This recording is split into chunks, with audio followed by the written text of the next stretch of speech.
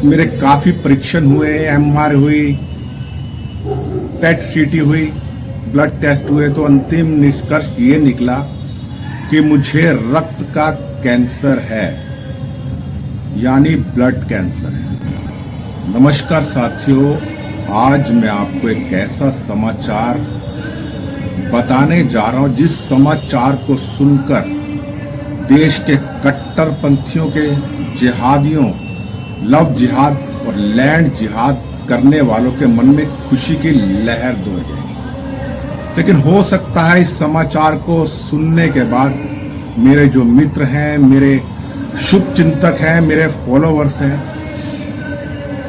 वो कुछ समय के लिए दुख में डूब सकते हैं। मैं पिछले 1 महीने से बिस्तर पर पड़ा हुआ हूं, दर्द की वजह से घर से निकल भी नहीं पा रहा और काफी टेस्ट के बाद मेरे काफी परीक्षण हुए, एमआर हुई, पेट सीटी हुई, ब्लड टेस्ट हुए, तो अंतिम निष्कर्ष ये निकला कि मुझे रक्त का कैंसर है, यानी ब्लड कैंसर है। मैं कहूं तो मुझे यह भी नहीं मालूम मैं कितने महीने या कितने वर्ष जीवित रह पाऊंगा, लेकिन मेरा आपसे वादा है, जब तक जिंदा रहूंगा इस्लामिक जिहाद के खिलाफ लड़ता रहूंगा, क्योंकि मनुष्य को जीवन एक ही बार मिलता है, बार बार नहीं मिलता, और जीवन में मृत्यु भी एक बार आती है। बार बार मनुष्य नहीं मरता। जो कायर मनुष्य होता है वो अपने जीवन में अनेकों बार मरता है, घुट घुट कर मरता है। मैंने जीवन पर्यंत इस्लामिक जिहाद के खिलाफ लड़ाई लड़ी है, कितने ही बच्चों की घर वापसी करवाई है। कई ऐसी जगह हैं जिनको मैंने लैंड जिहाद से मुक्त करवाया है। हो सकता है उन लोगों की बद्दुआएं, कट्टरपंथियों की, मेरे को लग गई, लेकिन मेरे शुभचिंतक मेरे साथ हैं। मैं किसी मजहब विशेष के खिलाफ नहीं हूं, मैं उस विचारधारा के खिलाफ हूं जो विचारधारा यह कहती है, और खास तौर से उनकी विवादित आसमानी किताब, कि जो उनके आसमानी आका को नहीं मानता, जो उनके आखिरी रसूल को नहीं मानता, ईमान नहीं रखता, और जो उनकी विवादित किताब को नहीं मानता, उसको इस पृथ्वी पे जीने का अधिकार नहीं है।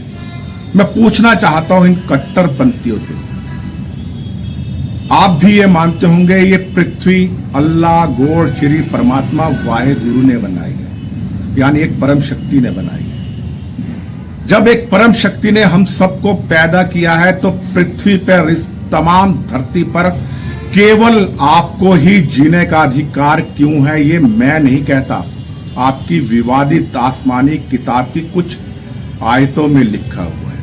मुझे उन आयतों से चिढ़ है जो किसी और को, गैर धर्म वाले को जीने का अधिकार नहीं देती, और इसी मानसिकता के चलते आज पूरा विश्व त्राहिमाम कर रहा है। जितने आतंकवादी संगठन हैं वो इसी विचारधारा को फॉलो करते हैं, और जितने भी आतंकवादी कत्लो गारत करते हैं वो एक ही नाम लेते हैं, ओला उबर। ये कहकर वो सुसाइड बॉम्बर बन जाते हैं, दूसरों का रक्त बहाते हैं, लेकिन बात जब अपने पर आती है तो हाय तौबा मचाने लगते हैं। मुझे इस जीवन में चाहे चंद महीने जीऊं, मैंने फिर कहा है, चाहे 1 वर्ष भी जीऊं, 2 वर्ष जीऊं, लेकिन इस्लामिक जिहाद की मैं पोल खोलता रहूंगा। वह विवादित किताब जो ये कहती है, जो काफिर है, मुशरिक है, उसको इस संसार में जीने का कोई हक नहीं है, अगर वो उनके मजहब को कबूल नहीं कर लेता तो। और ये मैं कोई बनी बनाई बातें नहीं कर रहा, उनकी हदीसों में लिखा हुआ है, आसमानी किताब में लिखा हुआ। क्यों नहीं है किसी गैर मजहब वाले को इस दुनिया में जीने का अधिकार? बहुत मन में कुंठा होती है, अपने सनातनी भाइयों से कहना चाहता हूं, मृत्यु और जीवन उस ईश्वर के हाथ में है। जिस दिन आप डरना छोड़ दोगे, आप पलायन करना छोड़ दोगे, भाइयों पलायन करके जाओगे भी तो कहां जाओगे? अफगानिस्तान से आप पलायन कर गए, हिंदू कुश से आप पलायन कर गए, वियतनाम से आप पलायन कर गए, बहुत सी देशों से, और अपने ही भारत में 9 राज्यों में हम अल्पसंख्यक हो चुके हैं। पलायन मत करो, लड़ो, हिंसा करने के लिए नहीं, अपनी आत्मरक्षा के लिए, क्योंकि आत्मरक्षा का अधिकार हमें संविधान भी देता है। और अपने हिंदू भाइयों से कहना चाहूंगा, अगर आप सुरक्षित रहना चाहते हैं तो अधिक से अधिक जनसंख्या अपनी बढ़ाइए। कम से कम एक घर में 2 से 3 पुत्र होना आवश्यक है, क्योंकि ये डेमोग्राफी के बल पर सत्ता हथियाना चाहते हैं। वो इस कार्य में लग चुके हैं, बहुत तेजी से अपनी जनसंख्या बढ़ा रहे हैं। और देश के शीर्ष बीजेपी के नेताओं से भी कहना चाहूंगा, खासतौर से आदरणीय प्रधानमंत्री नरेंद्र मोदी जी से, अमित शाह जी से जल्द कठोर जनसंख्या नियंत्रण कानून लाइए, अन्यथा सनातनियों का बुरा तो बाद में होगा, सबसे पहले आपकी सत्ता जाएगी। क्योंकि ये कट्टरपंथी जिहादी मानसिकता के लोग आपको कभी वोट नहीं करेंगे, चाहे कितनी मर्जी आप योजना इनके लिए चला लीजिए। और लिख लीजिए, ये बात सत्य है, जहां जहां इनकी जनसंख्या ज्यादा है, भाजपा को कितने वोट पड़ते हैं। आंकड़े नाम बिल्कुल मामूली से आंकड़े हैं, फिर भी इनका उत्थान आने के लिए विशेष योजना सरकार चलाती है। पुरानी सरकारों के ढर्रे पर सरकार चल रही है। 11 वर्ष के बाद अभी तक घुसपैठ नियंत्रण कानून नहीं आया, जनसंख्या नियंत्रण कानून नहीं आया, और जनसंख्या नियंत्रण कानून भी ढुलमुल नहीं होना चाहिए।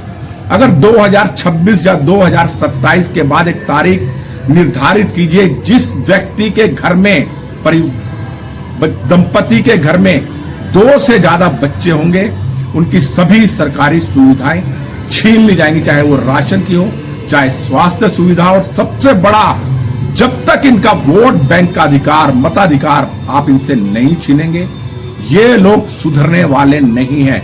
जिस दिन वोट बैंक का अधिकार इन लोगों से छीन गया, यकीन मानिए जनसंख्या नियंत्रण कानून लाए बिना जनसंख्या नियंत्रण में आ जाएगी। और जब तक हिंदू बहुसंख्यक है, तभी तक संविधान है।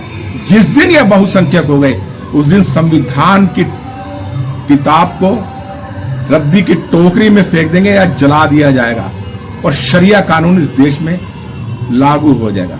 बस ज्यादा नहीं कुछ करता, ना मुझे किसी की सहानुभूति चाहिए। मैं जीवन भर हिम्मत से लड़ा हूं और हंसते हुए मरूंगा, अनंत फिल्म के राजेश खन्ना की तरह। बाबू मशाए, जिंदगी लंबी नहीं खूबसूरत होनी चाहिए। ये जीवन की डोर ऊपर वाले के हाथ में है। हम सब उस रंगमंच की कठपुतली है, ना जाने कब किसकी कहां डोर कट जाए। बस ज्यादा कुछ नहीं कहूंगा, अभी भी दर्द बर्दाश्त करके आपके सामने बैठा हूं, लेकिन दर्द से लड़ूंगा और इस बीमारी को हरा कर दिखाऊंगा। नमस्कार, मैं आपका दोस्त राजेश भसीन, संवाद नेशन के साथ। जय हिंद, जय भारत, जय सनातन।